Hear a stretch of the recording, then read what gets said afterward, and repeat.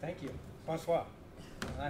I spent the weekend in Paris, and I was told more than once that my accent is so bad that I should not even try to speak French. So I love coming here, but I apologize. I can't speak French, and I hope my English is understandable to you.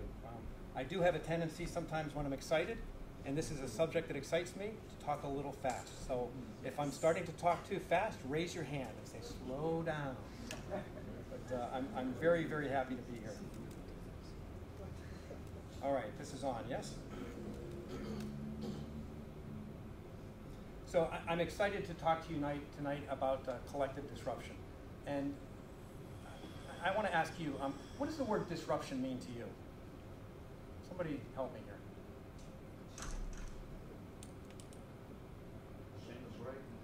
What? Change, okay. The break in the continuum. Mm-hmm. Radical innovation, okay. Revolution. Revolution, there we go. So now we're really disrupting. It's there you go. You know, isn't it usually thought of as maybe a bad word if you work for a large company? Something that the startups do to you? And maybe if you work for a startup, it's a good thing. It's something you want to do to the other guys, yes? The people who are the incumbents in the market or the large guys. So it depends on your perspective. And I don't think disruption has to be a bad word for either party. I think disruption can be something that's about changing the game, radical change to the marketplace. And my message is really that corporations and startups need each other like never before, and there are opportunities to work together like never before to disrupt markets, not necessarily each other. How many of you work for large companies, let's say over a billion euro? Okay. How many of you work for startups or entrepreneurial firms? Okay, quite a few. All right. So here's our agenda for tonight. It's very simple. Part one is to make you feel really bad. If you work for a large company especially, I want to scare you a little bit in terms of what's going on in the world. And you know, I want you to understand that I'm going to make you feel a little bad, but about halfway through, I'm going to help you feel better again, okay? So those of you who work for startups may be happy all the way through, but those of you who work for large companies, my goal is to make you feel bad a little bit, and then to help you feel better.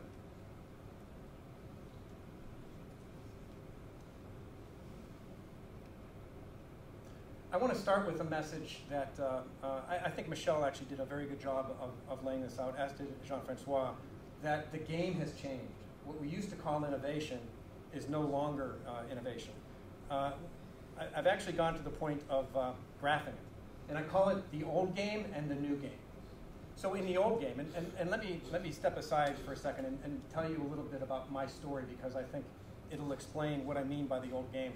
I appreciate the introduction, and you heard some of my bio, but I work for, pardon? It was for, that's okay, that's okay.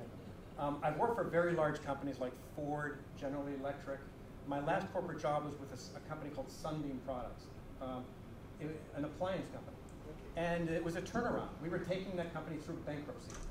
And it was a very, very difficult experience for us. But imagine here I was working for a small appliance company in a turnaround, and our CEO, after I joined the company as VP of New Products, our new CEO, came into a meeting and held up in one hand a hand mixer that Sunbeam made, and in the other hand he held up a McDonald's Happy Meal. Do you have those here? Yes. Yeah, we all have kids, or those of us who do know what a Happy Meal is. And he said, which of these is more expensive? And which do you think the answer was? It was the Happy Meal. The Happy Meal cost more than the Sunbeam mixer did. You could go to China and get a Sunbeam hand mixer for less than $2. So imagine the business we were dealing with. At the same time we were getting attacked from the bottom, we were getting disrupted by Silicon Valley companies. We made healthometer scales, and the early versions of wearable technologies were starting to emerge that were disrupting our core business. So how do you run a mature business and at the same time defend that business and then try to grow disruptive new businesses together? A very difficult challenge. So in the old game, doing nothing pretty much kept you the same. And that was the old Sunbeam game. If you didn't really innovate, at least you stayed about the same. If you did the normal kind of innovation, new colors, new iterations, a next generation version, that's how you grew. If you look at the new game, it's a whole different game. If you do nothing, you're out of business. If you do what you used to call innovation, you might stay the same if you're lucky. So what we used to call innovation is now what it takes just to stay in the game. And if we want to grow, we actually have to create whole new sources of growth. And that's really how the game has changed. Is not that disruptive innovation hasn't always been there, but large companies are depending on disruptive or transformative innovation like they never have before as sources of growth because of all the changes that we all know very well. One quick example of this is Nike, a company that went from making sneakers to apparel and now really being a fitness lifestyle company.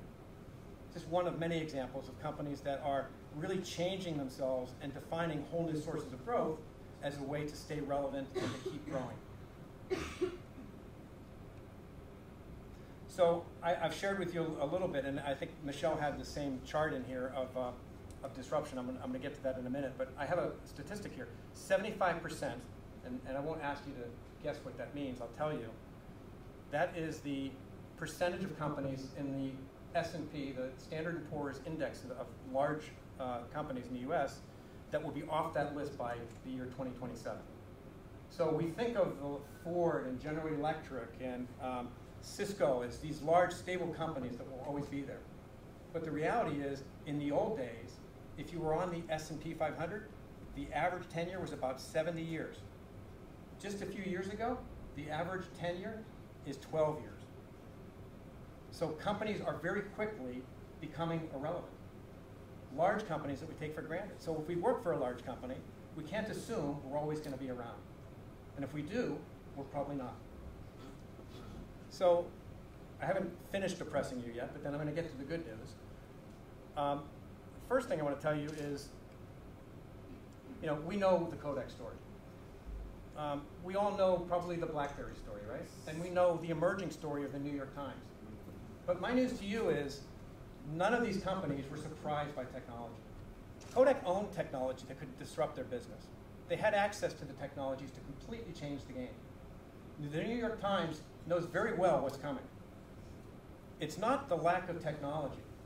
It's the fact that large companies struggle with the capabilities, the cultures, the processes, and the systems, and the rewards that allow them to disrupt themselves. It's the classic story. So we need to ask ourselves, where's the disruption for our companies going to come from? And the interesting thing is, even though we know this is always the case, it always comes from unexpected areas.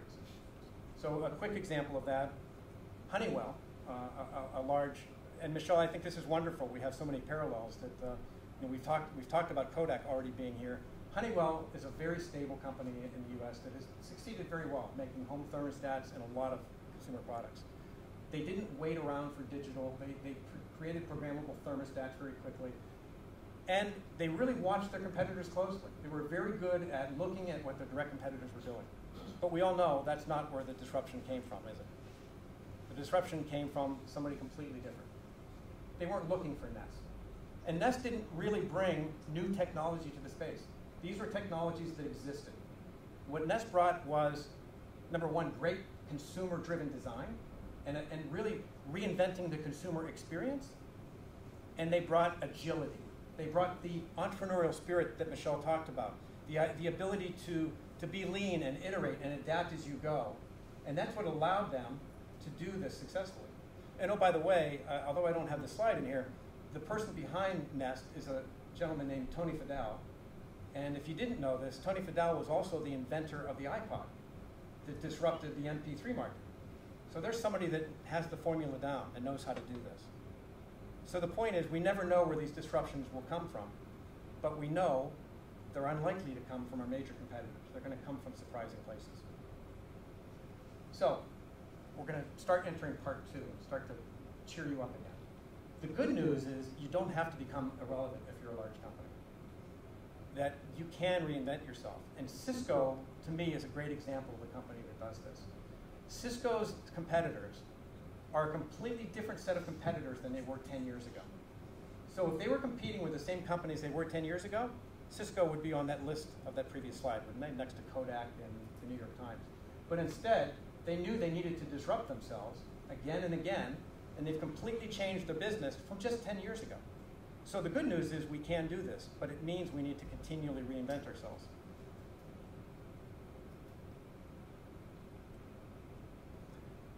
So what this really means is we need to be focusing our innovation efforts across 3 horizons of innovation. Core business innovation to defend the core, our existing product lines, our existing markets. We need to put some amount of our efforts toward extending that core to adjacencies and related markets and technologies. And we need to put some amount, maybe a small amount, to really breakthrough or transformative.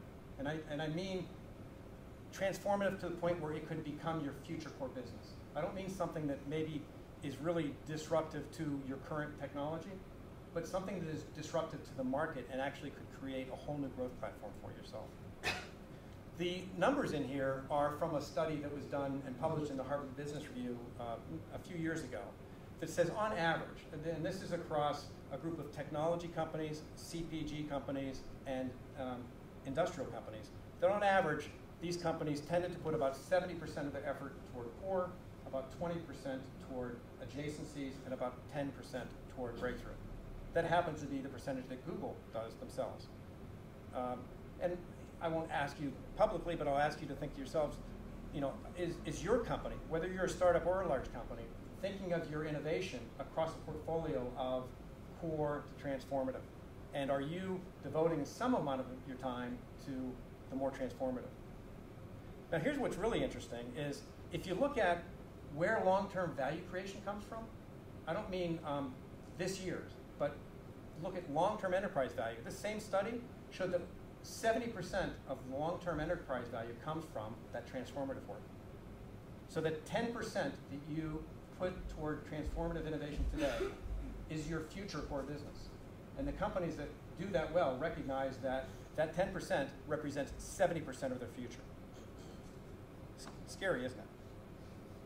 But an opportunity like we've never had before. I mean, what an opportunity if we can start to work toward that balance a little bit.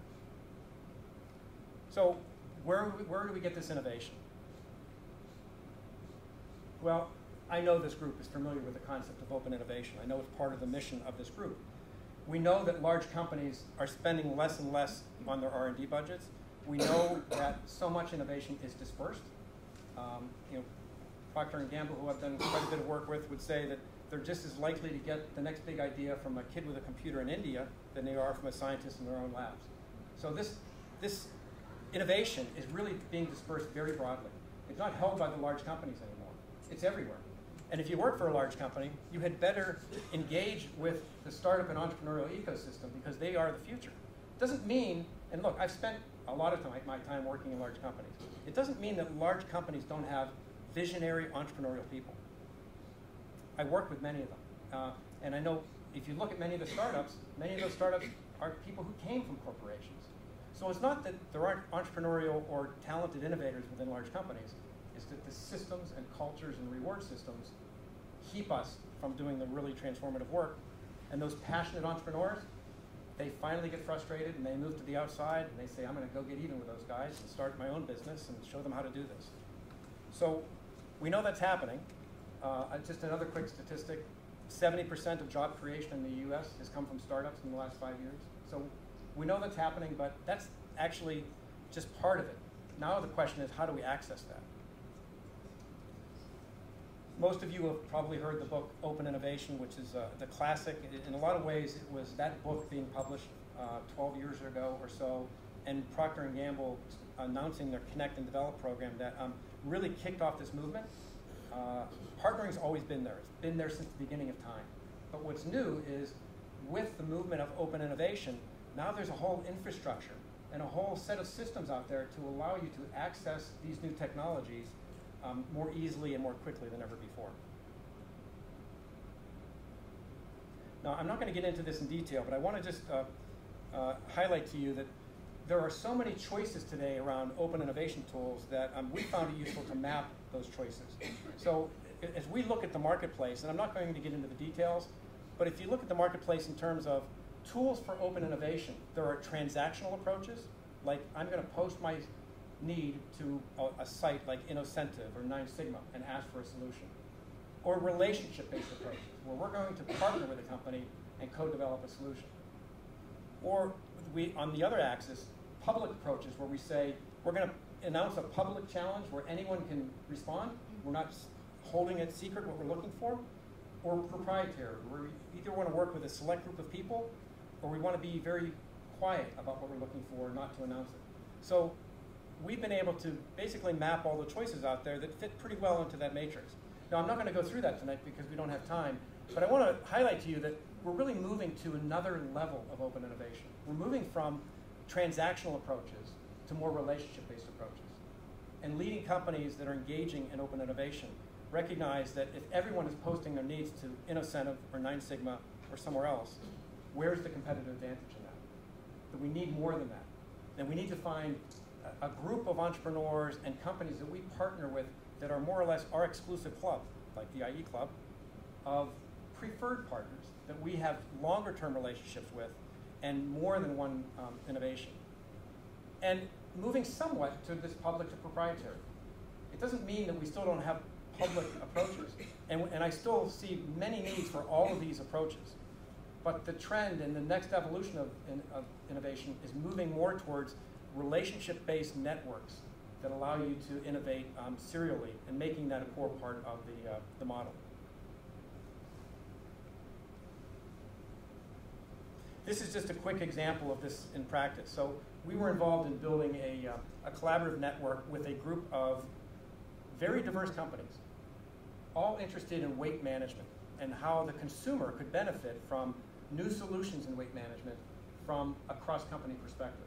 So we brought together, we first mapped the ecosystem, and then brought together these leading companies to say, what could we do together that we couldn't do on our own?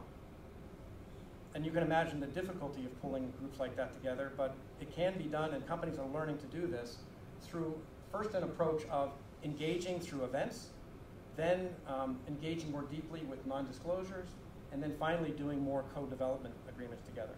And just one example of how companies on this list, and I can't tell you which ones, started with building this network, and what came out of that were some highly successful joint ventures that emerged from the network, not just across the large companies, but with the large companies engaging with startups who could provide the solutions for them. So you can see that it's a very complex model now, where before we're the big company, and we're going to do it all ourselves, so we're the big company, and maybe we'll take an idea from a startup or two, to now we're really talking about a living, breathing ecosystem, a network that's very complex, but very powerful. So last part of the bad news, and then I promise I'm getting to the good news. How am I doing on time? Yeah, still time for good news. The last part of the bad news is we're just not built for this if we're a large company. All the things that make us great as a large company, and they have a lot of great things about them. Again, I've worked for some of the largest. All the things that make us great as a large company, the ability to optimize our complex machinery to be able to grow and maintain our share at scale, are the things that stand in the way from us disrupting ourselves. It's what entrepreneurs do naturally, though, isn't it? All that risk-taking is what they do as second nature to them, and how do we do that within large companies? So the core innovation, while innovation is hard for any company, the core innovation is actually relatively easy for many large companies. They're getting pretty good at that. They all have stage gate systems. Everyone's pretty good at rapidly developing shorter life cycles and new iterations of fairly breakthrough products, but not truly ones that are going to create whole new sources of growth. And it really creates what I would call an innovation paradox. I actually think innovation is full of paradox. If you've worked in innovation much of your career, I know you've lived this, where, do we focus on the core, or do we focus on the transformative? Do we do the innovation internally, or do we do it externally? Do we centralize, or do we decentralize? All of these questions are really part of the innovation paradox, and my message is that this innovation paradox is not opposites. These are actually two parts of an interdependent system. In the same way that yin and yang are interdependent, optimizing the core business and enabling transformative growth are two sides of the same problem. And that's a concept that is new to many people to think about, but it is true, because how can you in the long term really develop future transformative growth if you don't have the core business to fund it and support it? And how can you maintain that core business if eventually you aren't developing things that will disrupt that core business? It's a paradox, yes, but it's two systems that need each other. So that's how I think of this paradox and this notion of that we need to find a way to overcome that if we work for large companies. And if we work for startups, we need to find ways to engage in new ways with large companies. What I find often, and I hope not too often in this room, is what companies will do when they face that paradox is they'll do what I call innovation theater. They'll do the things that make them feel good. It's a term that Steve Blank, who's a lean startup expert who I admire greatly, sort of laid out in terms of how do we show the organization and tell ourselves that we're innovative in a disruptive way. Well, so here for you, for your special enjoyment, is my list of some ways to feel good by using innovation theater. Number one, you can give your innovation leaders some very interesting names like innovation Sherpas. I don't know if that translates well or not, but consider that. Or digital prophet, I like that one as well. Build a startup-y office. Make sure that you have a place that has beanbag chairs and lots of bright colors, and if not a foosball station, maybe a PlayStation. Talk a lot about failing fast and disruption. Make sure that's in the vocabulary of all the meetings and all the written materials. I hope you're not identifying too much with this. Well, there we go. Visit Silicon Valley and meet with startups. Now, don't get me wrong. I think these are good things to do. I'm not saying that they're bad things to do. But if this is all you do to feel good, then you're kidding yourself. Because going to Silicon Valley to take one trip and just tell everyone that we've met some people that wear hoodies isn't going to cause innovation to happen in your company. It may be a first step, but this isn't enough. I don't know, where should I point this to make this go? Back there or there? Around the corner, huh?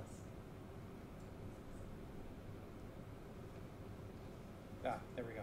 And lastly, hire someone who wasn't getting promoted at Google or Facebook or Apple, and tell everyone that you've done that very often.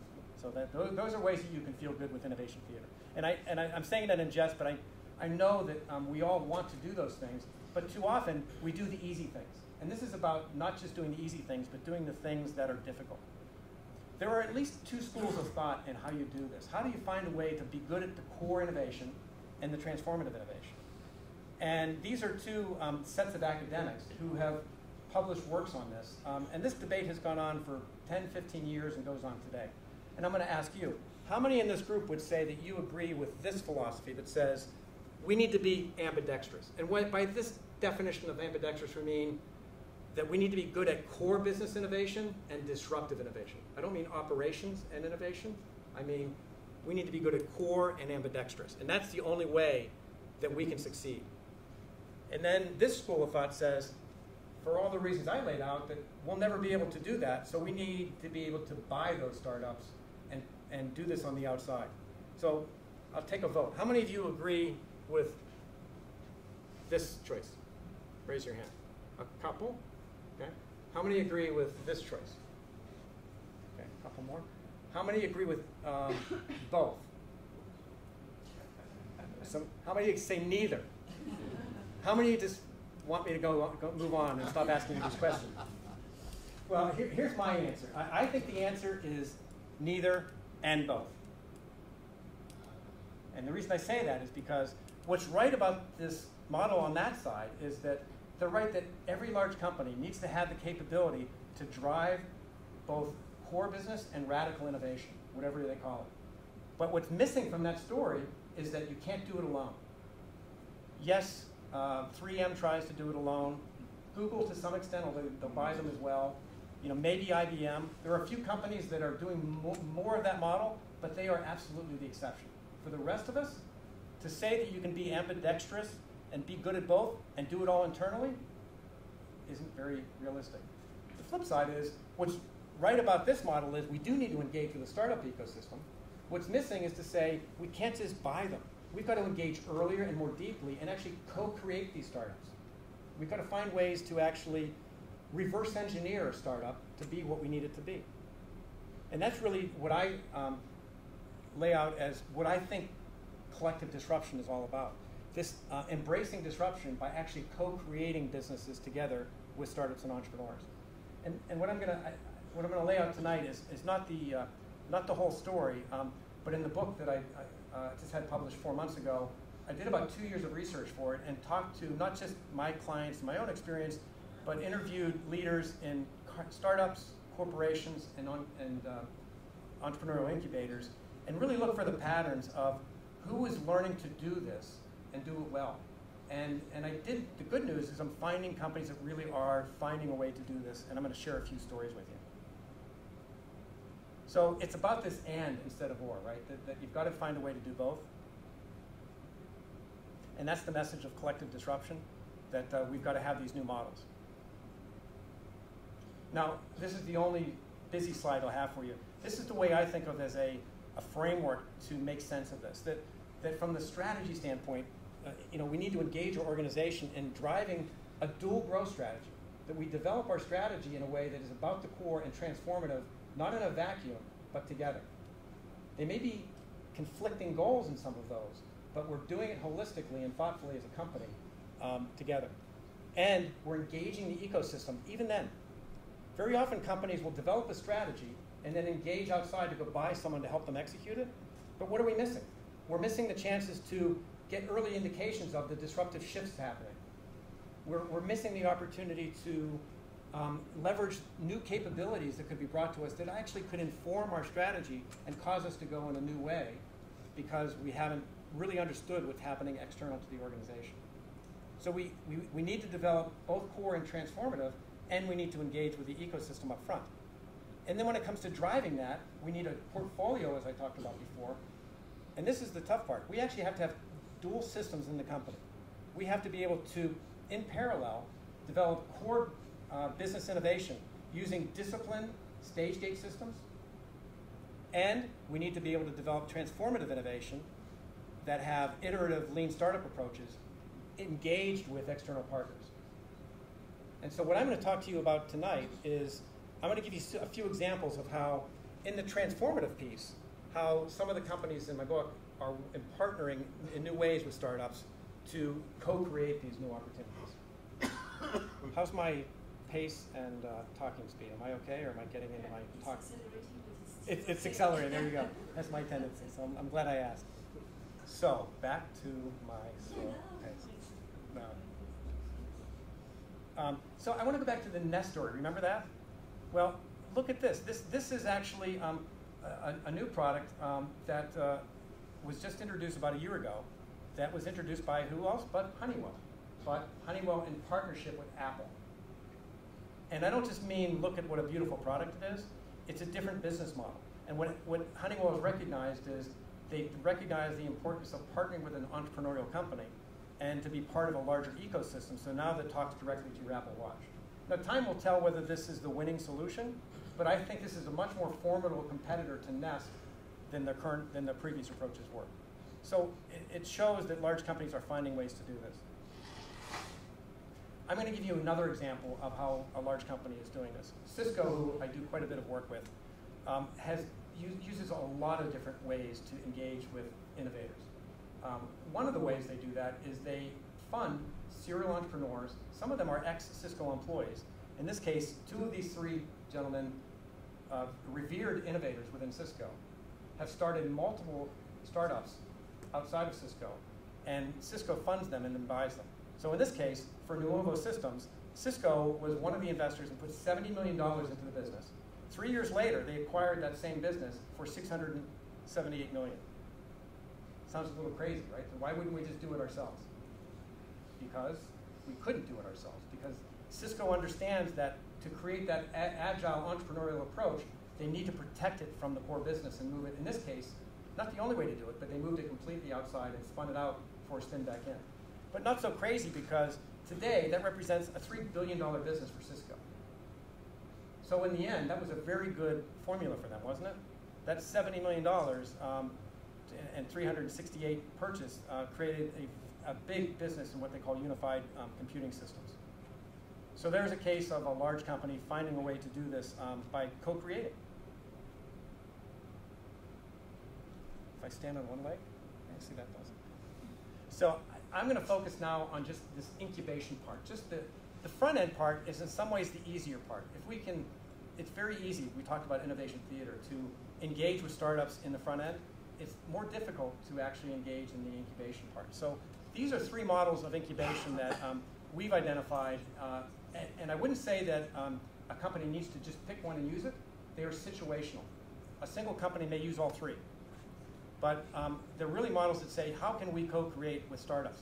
One is inside in, and that's to say, we're going to create a separate unit inside the company, but we're also going to engage with startups with that.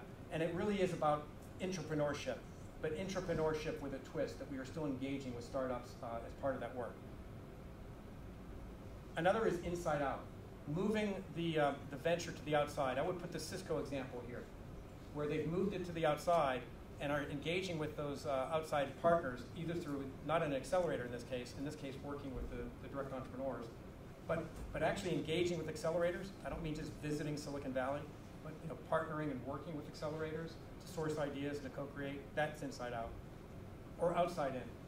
Outside in is saying, let's find the right startups, or let's find the right entrepreneurs and bring them temporarily inside the company to help us create this new business that we couldn't do on our own. As you can imagine, this is a very difficult model to pull off, but companies are doing it, because you can imagine the cultural friction that this creates, right? The sparks fly. But it's powerful if you can do it right, because not only are you helping to move this idea forward, but you're infusing an entrepreneurial spirit inside the company. People will see how these entrepreneurs operate, they'll interact with them, and it rubs off. I can't tell you how many examples I've worked with of companies that engage with entrepreneurial firms because of a need for a strategy or product, but benefit from it in terms of the cultural and mindset shift from having worked with them. So let me give you a quick example of each. IBM, I think, is a great example of an inside-in model. So in this case, they're not necessarily doing enough in terms of engaging with startups, but they're one of the few that have found a way to create that model of a group of people who are engaged with transformative and disruptive innovation that are outside of the core and do that on a repeatable basis. And they've created billions of dollars of value for the company. Inside out, I'm going to give you one example there. Coca-Cola has a program called the Founders Program. They have a number of programs. This particular one, with the Founders Program, Coca-Cola has identified that they have assets, skills, and competencies that could create new sources of growth, but they know that they can't do it alone. So Coca-Cola has actually recruited proven entrepreneurs, not ones who had the idea, but just ones who have done successful startups before, and said, hey, here's an idea. We want you to build a startup for us and with us, and we'll give you the equity in it. And 2 of the ones that they have done are one called iHydrate, which is a nutrition tracking and hydration tracking system, and Wonolo. Now, Wonolo I love because Coca-Cola has a great understanding of what it takes to keep their bottles stocked in retail shelves. So they know the skill sets it takes to do that. And they also know that out of stock is a major hit on profitability. So they've actually created, with this app-based system, a freelance or crowdsourced approach for Wonolo taskers who basically, on demand, will go in and stock those shelves for you. And so they've created that business as a way to not just serve Coca-Cola, but Wonolo is serving other CPG companies at the same time. So that's one of many examples of this idea of inside out. Does that make sense to you? You can see the complexity of it, but you can see the power in it, I hope, as well. Now, I'll give you the example of outside in from my Sunbeam days, which is now called Jarden Consumer Solutions. Now, I don't know if the crockpot slow cooker is on sale here. Probably not. But you know, we don't do enough grassroots cooking. But the slow cooker is a way to put your food in early in the day and get it back at the end of the day all ready to go. Crockpot, the brand, said, we want to be more important to our consumers, and we want to create a new source of revenue. So they decided they were going to get into premium direct-to-consumer food. So this is fresh ingredients, high-end ingredients, not through the retail outlets, but direct to the consumer. And they knew that they couldn't do that. So they recruited Brian Janesco, who was a proven entrepreneur who had taken several companies through successful exits that were direct-to-consumer food businesses. And they hired him to come in and run this venture for 8 months and take it through incubation and help them structure it. Again, sparks flew, but it was successful in both infusing that entrepreneurial thinking within Jardin, but then also in helping them incubate this. So I think we've got just a few minutes, so I'm going to rush it here. So now I'm going to talk fast. I want to just touch on what we need to do to transform our organizations to make this happen. One is it takes leadership commitment. That it never happens if there's not that senior level commitment that we need to truly engage in new ways. And we need to show our people that we're empowering them to do this. Quick example, Adobe actually has something called the Kickbox program where they offer a $1,000 credit card with no strings attached to their employees to say, if you want to go innovate, here's the Kickbox system. And we're giving you our empowerment and trusting you that you're going to spend that money wisely. So it's a leadership message that says, we believe in you. Autonomy and integration is another key point. We need to find that balance. It's really an island with a bridge to the mainland. I think IBM portrays that very well. That separation of their EBO group and the fact that they're taking their fast track employees and running them through there as a development track is something that says that we've got that level of autonomy and integration. We have to reframe failure. United Healthcare actually, when they have programs that have failed, they actually celebrate. They hold a funeral, and in one case had the CEO read the eulogy to the company, to say, we don't think this is a bad thing. We think that putting to bed bad ideas or ideas that didn't prove out is a good thing. So it's reframing failure into reducing risk and killing things early. We need to create this culture of experimentation. Michelle touched on this, Jean-Francois touched on this, that idea of experimenting as we go. GE FastWorks, I work for GE. GE is actually learning to adapt lean startup principles at scale. And when GE gets behind an idea in a big way, they do it at scale. So they're actually developing, through partnership with Eric Ries, who wrote the Lean Startup, internal coaches to drive lean startup thinking. They've trained more than 1,000 executives already. They're basically not trying to be a startup. They're trying to adapt some of that entrepreneurial thinking to allow them to work with startups more successfully. And we need order, not control. We need to find ways to not feel like it's command and control. In this new organization model, we need to find ways to let go a little bit and understand that loss of control will pay back. Netflix is a great example of that. Their vacation policy, take whatever vacation you want. That's a pretty trusting thing. What they're really saying is, we're hiring the best people, and we need to trust them that we don't need to control their every move.